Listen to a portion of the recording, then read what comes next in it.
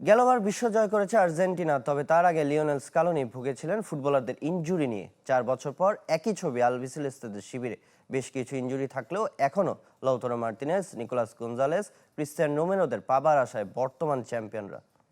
নিজের ও পরিবারের নিরাপত্তায় সব সময়ই থাকুন আপোষহীন। নিরাপত্তায় আপোষ নয়, আর ঘরে রাখুন আরএফএল ল্যাডার।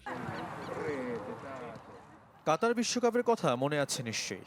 আসর শুরুর আগে ইনজুরি জেঁকে বসেছিল আর্জেন্টিনাকে। শেষ সময়ে নিকো গঞ্জালেস, জিওভানি লো সেলসোদের স্কোয়াড থেকে বাদও দিতে হয়েছিল লিওনেল স্কালোনিকে। এবারও একই ভয় আলবিসেলেস্তেদের। বিশ্বকাপ শুরুর বাকি 1.5 মাসেরও কম সময়, কিন্তু আলোচনায় বর্তমান চ্যাম্পিয়নদের ইনজুরি। যদিও এখনও পর্যন্ত বাদ পড়ার মতো কোনো ঘটনা ঘটেনি, তবে কিছুটা প্রভাব পড়েছে দল গোছানোয়। স্মৃতি ফিরিয়ে আনছে গেল আসরের। সবশেষ ইনজুরিতে হেডলাইন হয়েছেন হুলিয়ান আলভারেস। চ্যাম্পিয়ন্স লিগের সেমিফাইনালের প্রথম লেগে চোট নিয়ে মাঠ ছেড়েছেন, তবে পরীক্ষার পর গুরুতর কিছু ধরা পড়েনি, তাই খেলতে পারবেন দ্বিতীয় লেগ।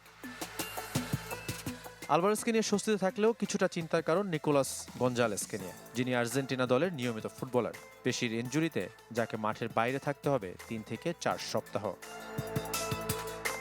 এর আগে ক্রিস্টিয়ান রোমেরো উদ্বেগ বাড়িয়েছেন স্কালোনির। লিগামেন্টের ইনজুরিতে এপ্রিলের মাঝামাঝি থেকে মাঠের বাইরে তিনি। 6 থেকে 8 সপ্তাহ থাকতে হবে বিশ্রামে।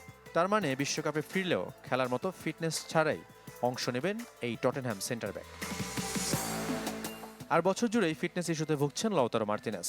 তাই শিরোপা ধরে রাখার মিশনে ইনজুরি বড় বাধা হতে পারে বর্তমান চ্যাম্পিয়ন আর্জেন্টিনার। শাফাত মিদুল, চ্যানেল 24।